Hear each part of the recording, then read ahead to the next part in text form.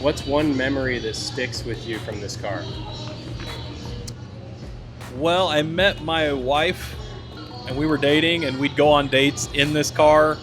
A lot of fun memories dating her, kind of courting her in this car, and then got married, and this was the car that we left our wedding in. I love that. I love that memory. I was really particular about how it looked, but my friends, they knew that I would be upset if they decorated it. Oh, okay. They still did. So they actually found my spare key in my apartment, copied it, broke in, and decorated the car. And I still, to this day, find some of the things they stowed everywhere in it. They were a good group of guys, but Yeah. that's a memory that'll always stick with me. That's awesome. What custom work or modifications have you done to it? So the car has a lot of oddball things done to it. The intent with the car is to make it look like something that's factory off the GM floor.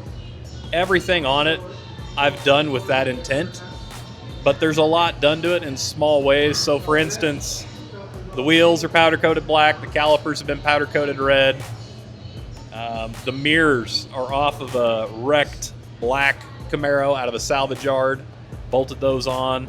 The engine components have been painted to kind of match the black and red theme. Even the stitching on the car, it didn't come factory red. I actually took a fabric marker and over the course of about 3 weeks touched each stitch and dyed each individual stitch red to match the car.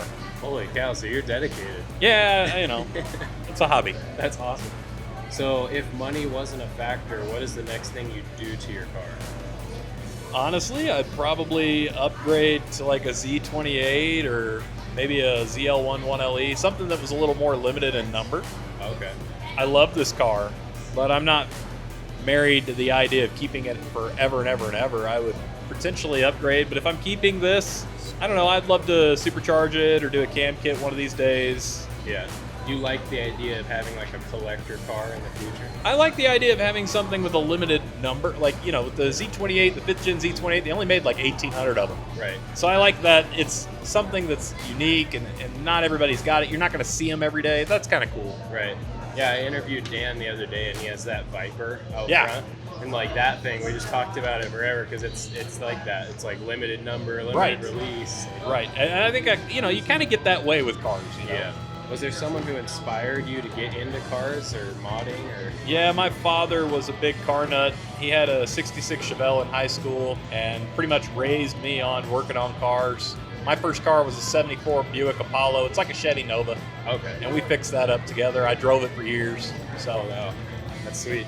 What's your ultimate car goal or dream garage setup? I would probably own an old 71, 72 Nova with a hot small block, turbo LS, and then a garage to work on it. And then something newer to kind of go with it that I could daily cruise around in. Oh, yeah. I like the new ZR1 Corvette, but I mean, honestly, that's a little too much. Yeah. So I'd probably stick to something like an old ZL1 Camaro or something. I don't know, 6th gen ZL1. Gotcha. I'm with Gearhead Grotto here in Springville. Okay. We do custom garages. So Nice.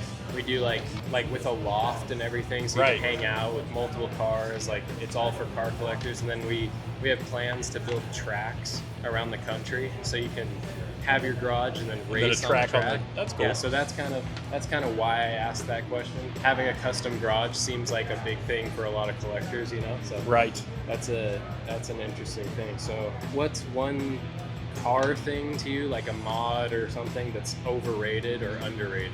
Overrated or underrated? I would say, oddly enough, I'm not the biggest vinyl wrap guy. I think they look good. The hood's wrapped vinyl. I'm not saying you can't ever do that, but I do feel like the car community in general has made a shift from paint to vinyl for customization.